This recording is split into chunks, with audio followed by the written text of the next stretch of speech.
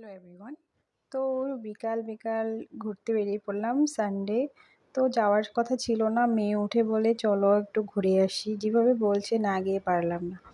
তো ভাবলাম তো যাই। তো আমাদের পাপাও বলছিল চলো যাই। তো আসলাম হলো কেএফসিতে। অনেক দিন ধরে ভাবলাম যে বলেছিলাম যে চিকেন বাস্কেট খাবো, চিকেন বাস্কেট খাবো। আমার কিন্তু চিকেন বাস্কেট খেতে খুব ভালো 2000 লাগে। years তো তার জন্য later. আজকে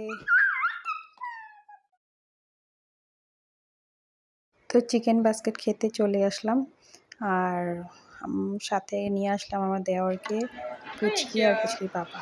তো দেখো কত ফুর্তি, ঘরের থেকে বেরোলে এতটা ফুর্তি পায়, মানে কি বলবো। কিন্তু সবসময় তো আর বেরোনো যায় না, আরও যা দুষ্টুমি করে আরও ইচ্ছা করে না যেতে। তো আমি চটফট করে রেডি হয়ে চলে এসেছিলাম। কেমন লাগছে বলবেন দেখতে। আর মেয়েকে দেখাচ্ছি, মেয়ে কি দুষ্টুমি করছে। মেয়ে খালি পায়ে ওর পাপার পিছনে চলে গেছে। ওদের পাপাও জানে না মেয়ে যে ওর পিছনে আছে। তো দুষ্টুমি করছে, দুধু খাবো। এদিকে মেয়ে বলছে দুধু খাবো, আমি কিন্তু এডিটিং করছি। এরকমই হয় ভিডিও। চুপ চুপ করো, আমি একটা কাজ করছি না। তারপর আমি কি করলাম না, চট করে একটু ভিডিও করে নিই।